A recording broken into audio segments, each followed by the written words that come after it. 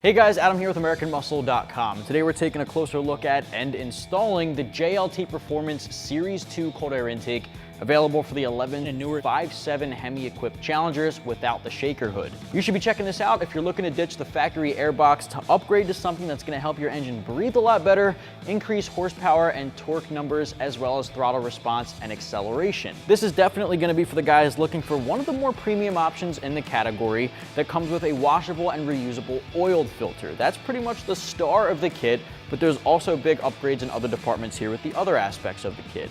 First off, let's talk about this filter. This is an S&B filter. JLT sources their filters from S&B, which is a very reputable filter manufacturer in the category. S&B has their own cold air intakes, but this particular filter is a massive 5 by 7 inch filter. It's a conical shape, as you see, a lot different than your factory paper element filter that's flat and in that factory heat shield. So this is gonna pull in a lot more cold air while also blocking out a lot more debris and particles that you don't want coming into your intake and ultimately into your engine. That can definitely rob you of some power, so upgrading to a filter just like this one here will do wonders for performance. There's a couple of really cool things about this particular filter that makes it a little bit better than most of the other options out there. First off, it has that open bell tower top. This bell top is going to make sure that it's pulling in more cold air instead of just being capped off with rubber or some kind of plastic, ABS plastic, or whatever other elements they use. This opened hole will definitely make sure you're maximizing that intake. It's shooting through that 360-degree filter, and this being a washable, reusable filter means that you don't have to buy a new one when it comes time for routine maintenance. Oiled filters versus dry filters is something to keep in mind in the category. There are two different types out there. This one being an oiled filter, as I'm getting all over my hands here. Oiled filters typically do a lot better job filtering out some of those particles that you don't want getting in, but also they require a little bit more maintenance. Because it's oiled, when you do wash it and go to reuse it, you're gonna have to re-oil it. You can pick up air filter oil at your local auto parts store, but you won't have to worry about that for several thousand miles or until your next time for routine maintenance. Dry filters, on the other hand, just a quick tip. If you're located in those dry climate areas, we're seeing a lot more debris in the air. You might want to pick up one of the dry filters. It won't clog up as much as an oiled filter would. You won't have to, maintenance it as often as you would here with the oiled in those dry climate areas. But either way, they're within a 1% difference of performance. Oiled filters are some of the most common options in the category and most common in the aftermarket world. Aside from that, you do have a couple other things I want to highlight. Next up being your filter tubing. This is a roto-molded polyethylene tubing with a huge 5-inch opening. That's pulling in a ton more air than your factory option. That's going to attach right in to your filter, making sure that it's streamlining airflow with absolutely zero restriction. It's also pretty sleek. It's got that black textured finish on top with JLT subtly printed in that plastic, which is just a really nice touch. Some options out there have that really in-your-face metal plate, something that's really flashy. This is just really subtle, blends in with the engine bay, but still looks really good. This is also a roto-molded one-piece heat shield, which I actually prefer over some of the aluminum options. This is gonna do a way better job trapping in the cold air and blocking out excess engine heat. Some of those metal or aluminum heat shields that you see that you have to put together and apply weather stripping to the top separately, those don't tend to be the best when it comes to blocking out that excess engine heat. They're really good for being opened up, pulling in cold air, but if it's not completely surrounding and boxing in your filter, it's probably gonna let in a little engine heat, which can rob you of some of that power. With power in mind, JLT does let us know that they have dyno tuned themselves and tested this for the particular 5.7 application to produce up to 15 horsepower and 15 foot-pounds of torque. I imagine these are really good curve gains at the low end for your Challenger, and because this does not require a tune, we are not going to be dyno testing that today. JLT does let us know, however, you can expect pretty impressive gains at the low end, so this is something you should be able to feel once you get it installed on your 5.7. Now, a couple other things we're going to have to do. For one, right out of the box, our weather stripping is already applied to the top portion and the bottom. If you open up your box and it is separate, just apply that to the bottom here and to the top.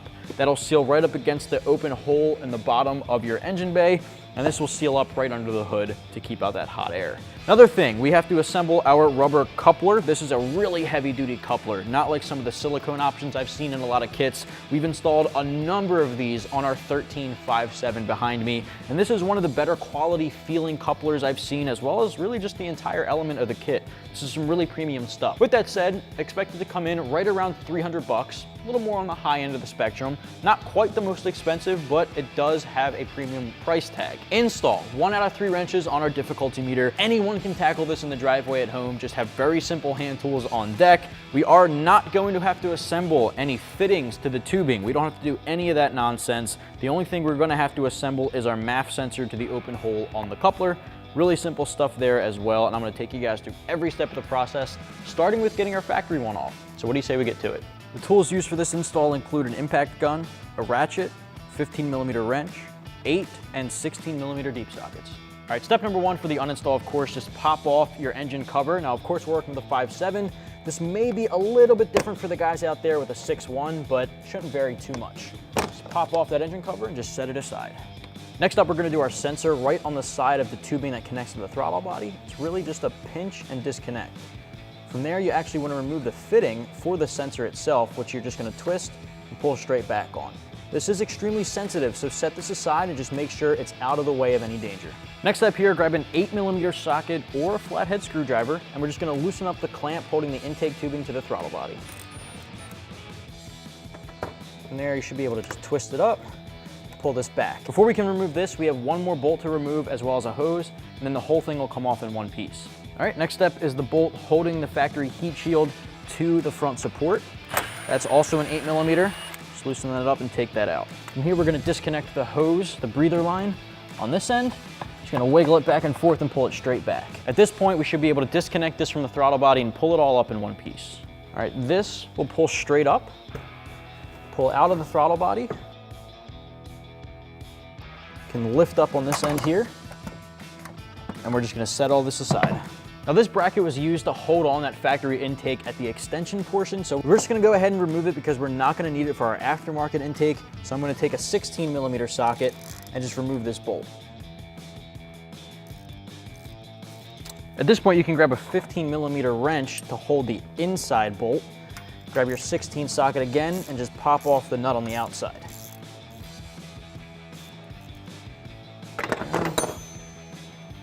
She can be a little rusty. Right. This way the bracket's out of the way, but there isn't an open hole there. You just thread the bolt back in there and tighten up that nut. Now I know we already talked about a lot of the details of our JLT Series 2 performance intake, but I did want to give you just a quick side-by-side comparison with our stock one here since we have it off of our 5.7 at this point. So as you can see, the tubing, a lot different. The factory tubing has that flexible portion in the middle. That's gonna cause a lot of air turbulence coming from your paper element filter down to your throttle body and ultimately your intake manifold. This being a huge opening for the JLT, it's actually gonna be about this way. Huge 5-inch opening here, which means there's no air turbulence, no restriction whatsoever. And again, I already touched on that, but I just wanted to give you that side-by-side comparison there. Paper element filter is trapped up in this box here. There's 3 screws holding this on. We're not gonna take that apart simply because we are gonna ultimately put it back into our 5.7.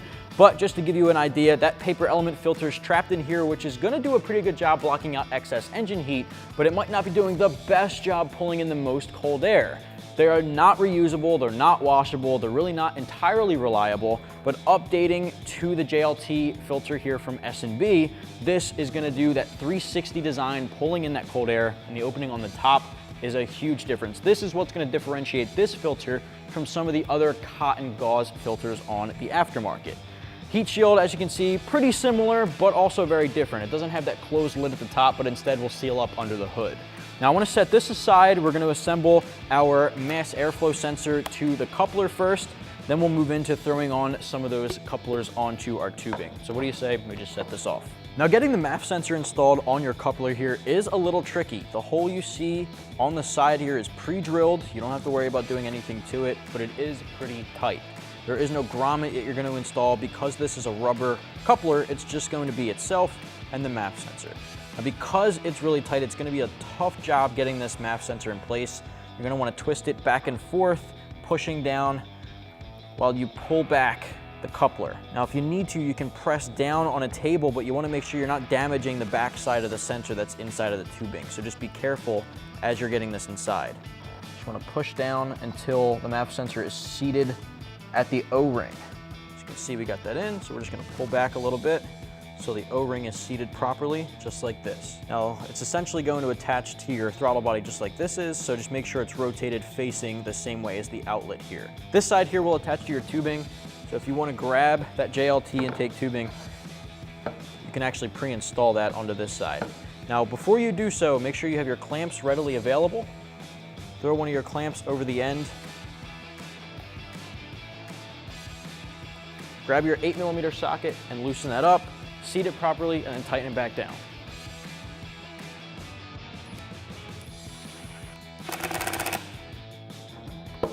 Now on this end that'll go to your throttle body, you want to just put the clamp over the edge here. This one's a little tight, so we're going to loosen that up just to set it into place. Don't tighten this one down just yet. You want to leave it loose so you can attach it to your throttle body. At this point, we're ready to drop it into our vehicle. The first step is to grab your heat shield. And as you can see, it's already has this nipple attached to the back side. That's going to install into the grommet in your wheel well. If this is not in your wheel well, check your factory intake to make sure that it hasn't come off. Drop this into place. And just attach that bung to the grommet. Grab that factory bolt that we removed from up top of our rad and just tighten it down by hand. All right, grab your socket and tighten it down.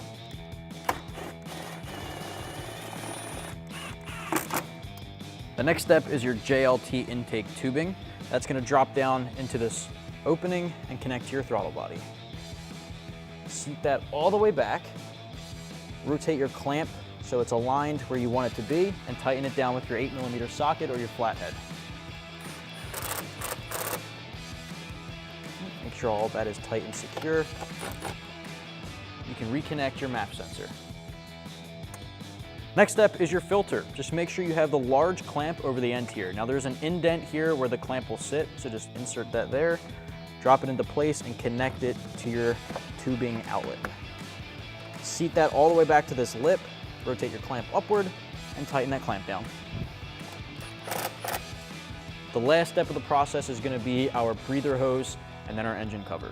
Now the breather hose in our kit has come pre-assembled with the hose fitting. If yours is not pre-assembled, it's just a matter of popping them together. This open end here is going to go to the nipple or the fitting pre-molded to your intake tubing. So we'll just twist that all the way back into place. No need for a clamp, that is tight enough to hold itself in. Grab your factory tubing, your crankcase breather hose, and just attach that to the fitting on the other end. Seat those back to the fitting. Now the last step is our engine cover.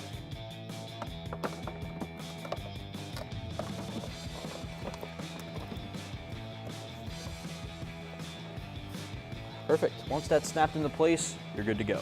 Well guys, that's gonna wrap up my review and install for the JLT Performance Series 2 cold air intake for the 11 and newer 5.7 equipped Challengers without the shaker hood. If you're looking for one of the best quality intakes and filters on the market, you can check this out right here at AmericanMuscle.com.